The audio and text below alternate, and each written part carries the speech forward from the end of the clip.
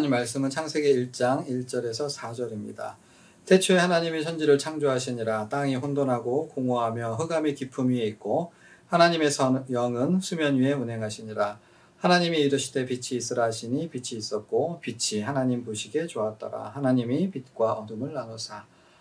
아멘. 창세기는 세상이 만들어진 이야기로 시작합니다. 그런데 재미있게도 이 이야기의 첫머리는 이 세상이 없었다는 선언으로 시작되지 아니하고 대신 그 땅이 뭐가요? 그 땅이 혼돈하고 공허하며 흑암이 깊음 위에 있었다는 선언으로 시작합니다. 땅은 사람이 발붙여 터잡아 사는 곳이고요. 그러니까 땅이 혼돈하고 공허하며 흑암이 깊음 위에 있었다는 말은 이 세상이 사람이 도무지 살 수 없는 엉망인 상태였다는 말입니다. 견딜 수 없고 참을 수 없고 버텨낼 수 없고 질서도 없고 소망도 없고 희망도 없는 도저히 살아갈 수 없는 상황, 그것이 바로 처음 땅의 모습이었습니다. 그런데 바로 그러한 상태에서 하나님의 영이 수면 위에 운행하셨습니다. 여기서 운행에 사용된 히브리어는 예레미야에서도 다시 한번 사용되는데 그때에는 어미새가 자기 새끼들을 날개를 펴서 돌보는 것을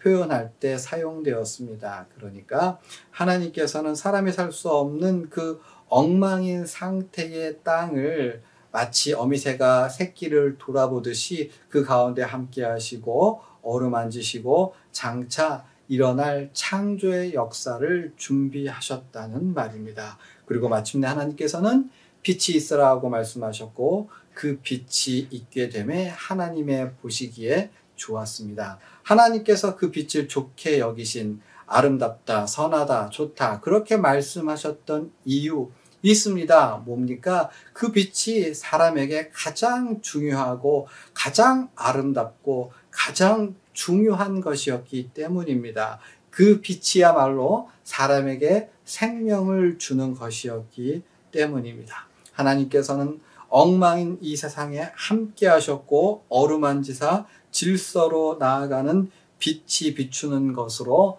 창조를 시작하셨습니다. 그리고 바울은 이 하나님의 창조의 이야기를 자신의 현재의 삶으로 끌어옵니다. 이렇게 얘기하죠. 고린도후서 4장 6절 어두운 데에 빛이 비치라 말씀하셨던 그 하나님께서 예수 그리스도의 얼굴에 있는 하나님의 영광의 빛, 하나님의 영광을 아는 빛을 우리에게 비추셨느니라. 하나님의 영광을 아는 빛. 그러니까 여전히 그 하나님께서는 창조하실 때와 마찬가지로 우리의 마음에 빛을 비추어 주시는데 그 빛이 어디에 있습니까? 예수 그리스도의 얼굴에 있답니다. 예수 그리스도의 얼굴에 있다는 말은 예수 그리스도의 삶, 예수 그리스도의 교훈, 예수 그리스도께서 우리를 위해 이루신 모든 일을 의미합니다. 그러니까 예수를 가지고 자신의 삶을 되돌아보아 살펴보는 겁니다. 예수의 삶을 기준으로 해서 자신의 삶을 돌아보게 한다는 말이죠.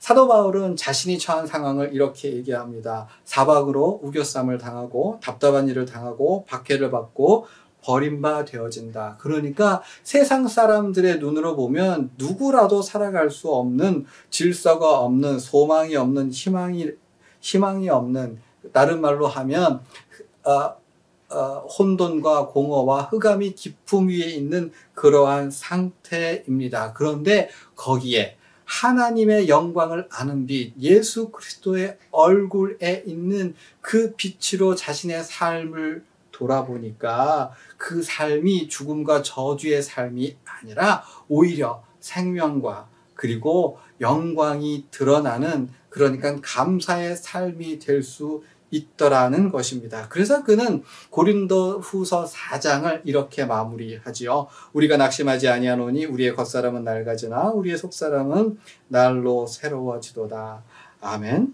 예수께서 사셨던 그 삶을 그 가르침을 기준으로 해서 우리의 삶을 비추어 보면 어떻겠습니까? 사람들이 미련하다, 한심하다, 답답하다, 야, 그렇게 어쩌면 그렇게 일이 안 풀리니, 그러한 삶이 때로는 예수 그리스도 앞에 살펴보니까 자랑스럽고 상급을 쌓아가는 생명의 삶일 수 있는 거고, 사람들이 부러워하고 나도 자랑스러워한 그러한 일들이 때로는 하나님 앞에 너무 부끄럽고 죄송한 삶일 수도 있는 것이고, 인간적으로는 너무 큰일인데 하나님 앞에서는 아무것도 아닐 수도 있고, 하나님 앞에서는 너무 중요한 건데 우리는 너무 소홀히 하는 그런 삶일 수도 있습니다. 그래서 이렇게 예수 그리스도의 얼굴에 있는 하나님의 영광을 아는 빛으로 우리의 삶을 비추어 보는 것이 가장 중요하고, 우리의 삶이 첫걸음이 되어야 합니다. 그래서 우리의 삶을 그렇게 이 하나님의 말씀으로, 그러니까 예수 그리스도의 삶으로 그렇게 우리의 삶을 비추어 보았을 때에 어떠한 일이 일어나게 되겠습니까? 다시 창세기로 돌아가면요, 엉망진창인 세상에 빛을 비추신 그 하나님께서는 계속해서 창조의 역사를 이루어 가셨습니다. 첫걸음은 그 빛을 비추시고 거기로부터 쉬지 아니하시고 6일 동안 하나님의 놀라운 창조를 이루어 가시는데, 빛을 낮이라 하시고 어둠을 밤이라 하셨으니 뭡니까? 우리로 하여금 일하게 하시고 또한 안식하게 하셨어요. 그리고 궁창의 물을 둘로 나누어서 궁창 위의 물과 궁창 아래의 물로 나누셨으니 그 가운데 드디어 우리가 숨을 쉬고 살게 하셨습니다. 그리고 물을 한 곳에 모으시고 묻히 땅이 드러나게 하셨으니 우리가 발붙여 든든하게 터잡아 살게 하여 주셨던 거죠. 하나님께서는요, 쉬지 아니하시고 우리가 먹고 마시고 시절을 쫓아 살아갈 수 있도록 창조의 모든 역사를 계속해서 이루어 가셨습니다.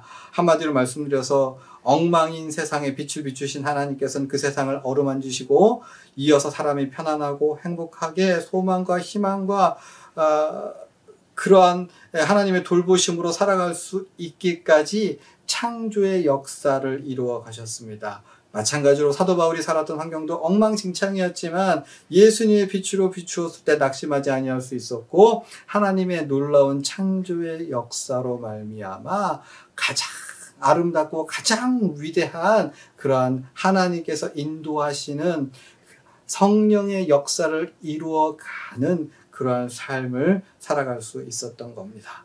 설교를 정리합니다. 사랑하는 여러분, 창조의 빛, 생명의 빛, 능력의 빛은 우리에게 이미 빛이었고 우리의 삶을 하나님께서 운행하시며 어루만지시고 계십니다. 우리는 그 빛으로 우리의 삶을 돌아보아야 하지 않겠습니까? 그 빛으로 보는 삶에 쉼이 깃들고 드디어 숨을 쉬게 되고 삶이 정돈되는 역사가 있을 것을 우리는 믿습니다. 창조의 이야기는 먼 옛날에 있었던 이야기가 아니라 오늘 엉망인 삶을 살아가는 바로 우리의 이야기가 아닐 수 없어요. 하나님께서 우리의 삶에 다시 한번 창조의 이야기를 써내려가고 있음을 믿읍시다. 우리 예수님의 얼굴을 바라보는 저와 여러분 되기를 바랍니다.